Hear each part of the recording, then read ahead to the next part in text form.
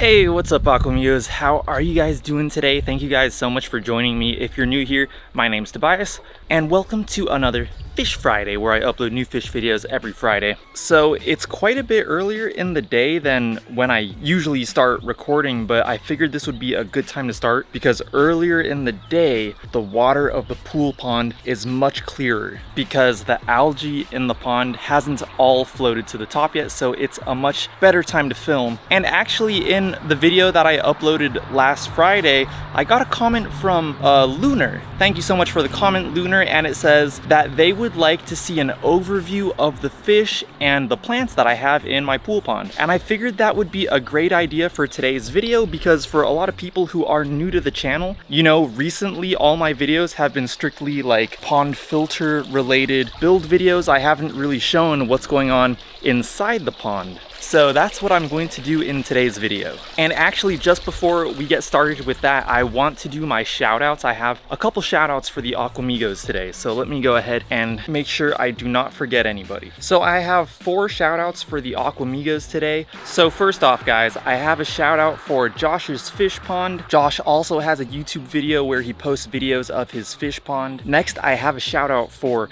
the Kevin5303. Thank you so much, Kevin, for being an Aquamigo. Next, I have a shout out for a longtime viewer, Tiny Nem. Thank you so much for being an Aquamigo for all this time. I really appreciate the support. And finally, I have a shout out for Blade Rodriguez. Thank you so much, Blade, for being an Aquamigo. You guys rock. Thank you guys so much for the support. If any of you guys watching this would like a shout out in next Friday's video, all you have to do is go down to the comments and comment, "I am an Aquamigo," and I will shout you out in next Friday's video. So let's go ahead and jump in and get a good look at the pool pond.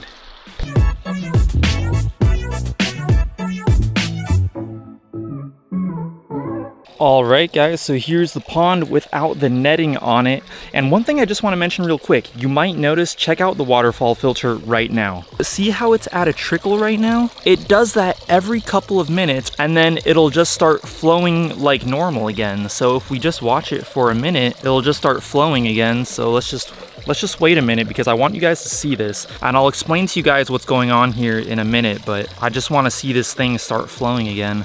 But check out how clear the water is. There's almost like a tint to it, like tannins or something, but it is for the most part very clear. But yeah, here it's gonna start up again now. See, look at that. Now it's at the normal flow rate again. And the reason that I think it does that is when the pump becomes a little bit restricted, the flow of water becomes a little uneven, and I think that's what's causing it to do that, because I've noticed that when the flow is very strong from the pump, I've noticed that it does not do that. But anyways, guys, let's go ahead and get right into this. And earlier I was pointing out how clear the water is, and the reason that that is quite a bit like kind of surprising to me is because if you look over here, I have my UV clarifier and it actually stopped working. So there's actually water going through that, but the UV is not actually working. It's basically just like a pipe, a useless pipe. So I need to get a new one, unfortunately. So that's why I was actually kind of surprised that the water is actually pretty clear, because, you know, that UV clarifier has been broken for several months. And yeah, you know, being in the summer, you know, we're getting all this algae everywhere. And but yeah, let's go ahead and take a look at some of the plants I've got. So let's start off with these water lilies right here. So I actually just propagated these, I don't know, a month or 2 ago from the main plant, which is actually in the middle. So this middle plant, that was actually the original plant. These are sunrise water lilies. They are a tropical water lily, meaning that they do go dormant in the winter. They produce a really nice kind of whitish, yellowish, orangish kind of flower. It's a very nice flower. I'll go ahead and put a picture of the last bloom I had. I actually had a bloom on here not that long ago, just a couple weeks ago. It was beautiful. So these do get very nice flowers, and I actually have one other water lily plant over here, which I also propagated from that main plant, but just a really tiny one right here. You know, you see these 4 lily pads right there? Those are from, you know, a small tuber, probably about, you know, this big. Or I don't even know if it's like a tuber, it's like a crown type thing. So yeah, I have these 3 water lily plants, and then right here, these are some water lettuce and water hyacinth that I ordered from Amazon, you know, a couple months ago, maybe like 2-3 months ago. If you look here, the roots are doing really well, you know, the roots on this water lettuce are doing really well. The water hyacinth are doing okay as well, but as you can see, you know, I really thought they would start multiplying by now, since it has been a couple months, but no, they just seem to be, you know, staying like that. They haven't really grown a whole lot either. So those are the only plants I actually have in here. I do want to go and propagate more of these water lilies because they are actually a bit overcrowded in that pot. I already have some plant pots that I bought to do that, and you know, pea gravel and everything, so I'm ready to do that. Maybe in next week's video I'll do that. I almost forgot to mention, I also have a plant pot right in there where I planted some cattails. Now unfortunately, I've found several pieces of those cattails, like the root system. I found them floating in the pond. It seems like my fish decided that they were interesting and decided to dig them up. So I actually need to pull that out and see if there's actually any part of the plant left, because I have a feeling that there isn't. I think the whole thing just got dug up, so unfortunately, we probably won't be getting any cattails. So those are all the plants I have. Now let's go ahead and move on to the fish I have. So back in 2018, when I first got this pool pond and I set it up and everything, some of the first fish that I got were these 5 common goldfish, and they are some of the biggest ones in here right now, like that one right there. And then a couple months later, I got another 4. So I started out with a total of 9 common goldfish for this pond. Now, out of those 9 common goldfish, I do want to say like one of them, I'm pretty sure is a comet goldfish, or it's a comet common hybrid. Because as you can see, it has like that long tail and fin mutation like the comet goldfish have.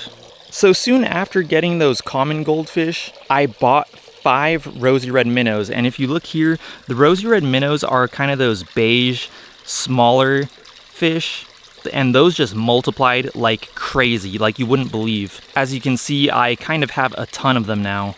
Aside from those, I have this one fancy goldfish right here. It's a Calico fan-tailed goldfish. I got that goldfish from a person on the Nextdoor app. They were getting rid of it, so I went and got it for free. I've had him for well over 2 years, probably closer to 3 years actually.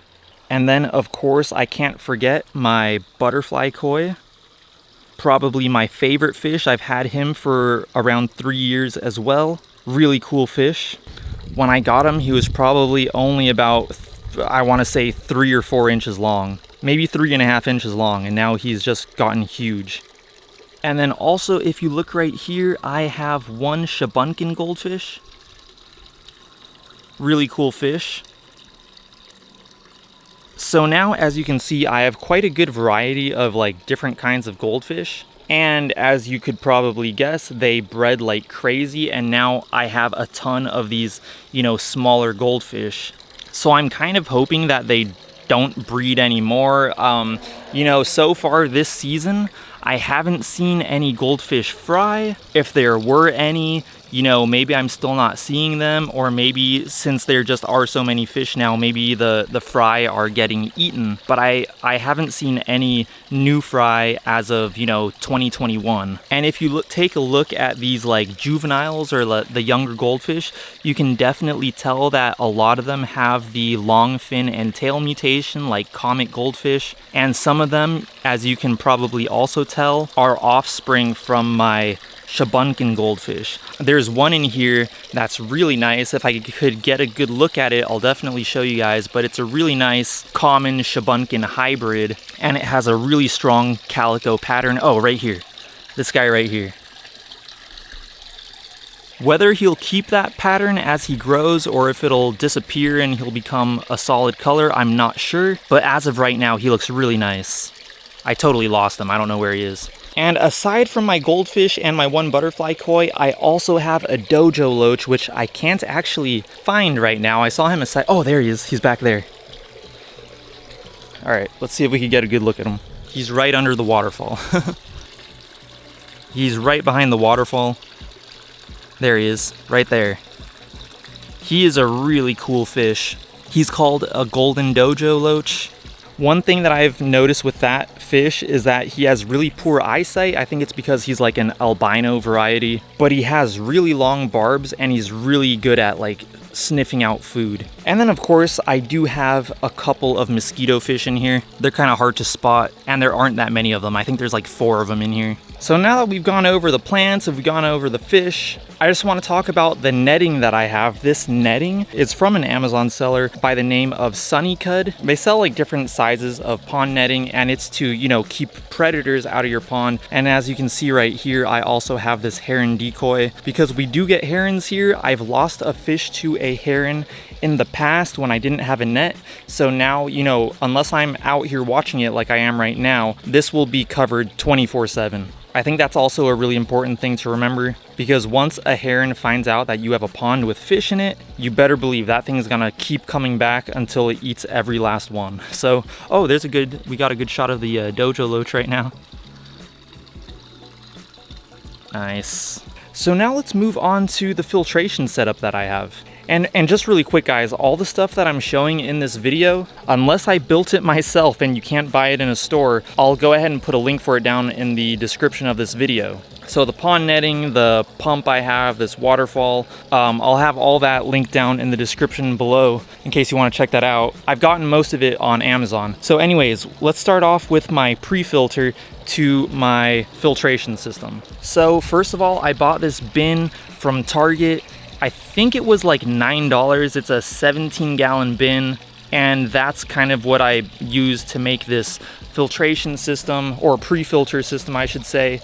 Right in here I have my pond pump. So basically what's going on is water has to pass through here.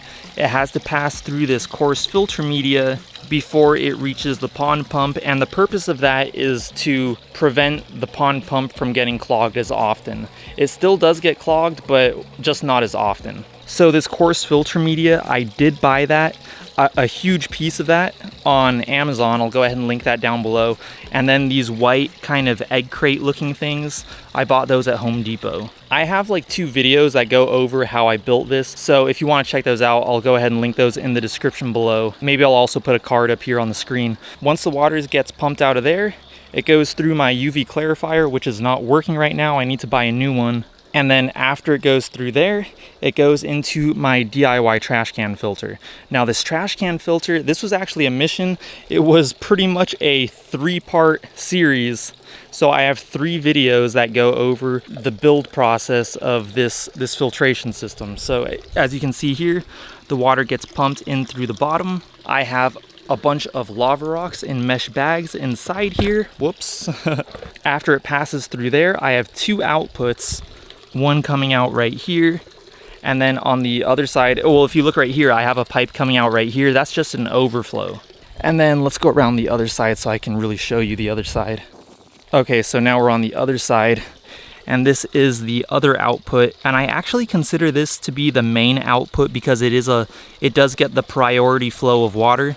So as you can see, the water comes out of there, goes through this hose. The hose connects to the back of this Tetra waterfall filter. I'll remove that so you can see it a little better. Down here there is a coarse filter pad, and then up here I have a mesh bag filled with lava rocks, you know, to serve for the biological filtration, and then it empties out into the pond. I keep this on top of that, you know, just to keep debris from falling into the filter. Now there are a couple things people have mentioned, and I do think I'm going to take this advice. I had somebody tell me that I should get a sieve filter. I've actually never heard of a sieve filter, but I think that's exactly what I need, because as of right now, you know, even with my pre-filter, this thing does get clogged every couple of days or so. I mean, this definitely helps, but it doesn't eliminate the problem of, you know, the pump getting clogged. So I think what I need is a sieve filter. And then on top of that, I've had a couple people recommend that instead of putting more lava rocks, maybe I use some of the space to add activated carbon, to add some chemical filtration. If you didn't know, activated carbon, it helps remove like dissolved particles from the water, and that's called chemical filtration. So lava rocks, those are biological filtration. Activated carbon would be chemical filtration. And then where you have something like this, where it's used to prevent debris from passing through. That's called mechanical filtration. So if I get that activated carbon, you know, then I would have all 3 types of filtration, and it would probably, you know, help the overall quality of my water and everything. But I mean, as of right now, you know, the fish all seem pretty healthy. My new filtration system, it's only been going for like, you know, a week, you know, with the waterfall filter and everything. So I mean, it's probably gonna take a good couple of months until this thing is fully established. I did throw my old, you know, my old filter media is in there, so you know, we already had some of that nitrifying bacteria in there, but until the entire thing, you know, grows beneficial bacteria, it's probably going to be a good couple of months until we're there, you know? And you know, hopefully once that filter system is completely established, you know, we won't get as much of that blanket algae. I'm going to start removing small parts of that every now and then, just so some of the nutrients, you know, are getting eaten by new beneficial bacteria. More beneficial bacteria can grow, and it's not just all immediately getting eaten up by algae. And just really quick, guys, before I do finish this video, I'll just show you guys how I clean out that pump right there. Because once that pump is completely clean, initially the flow is excellent. The flow is really great through here, and I just want to show you guys that real quick.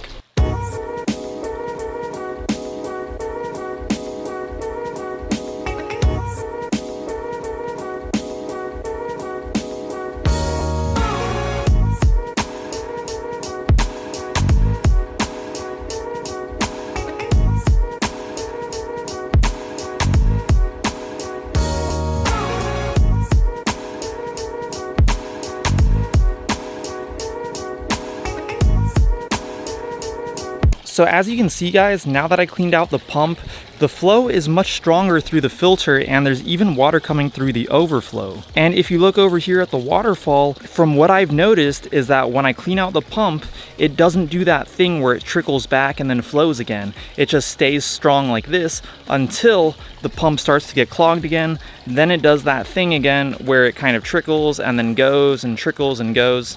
And actually, one cool thing that I just want to point out is that this output right here, I can actually turn this. Like right now, I could actually use a little bit more flow through here so that water doesn't come through the overflow. And check this out. I turn this down a little bit like that. Water is gonna stop coming through that overflow.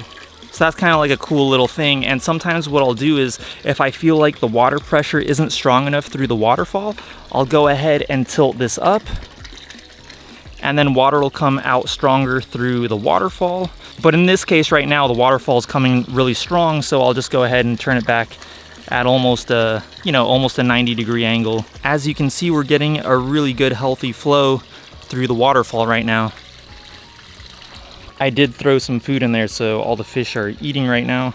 Just gonna grab another handful of algae while I'm here. So anyways, guys, that's pretty much it for this video. If there's anything that you would like me to talk about or show or do in a future video, just let me know down in the comments below. And thank you again to Lunar for this video idea today. I thought that was a really good suggestion. And of course, if you guys have any suggestions for me or advice, feel free to let me know down in the comments below.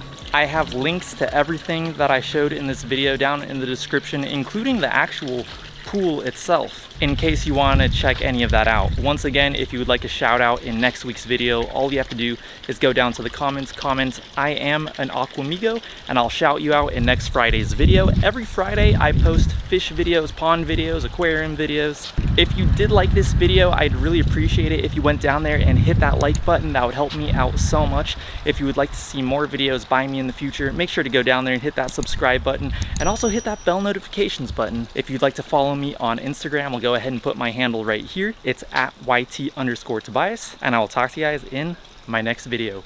Peace.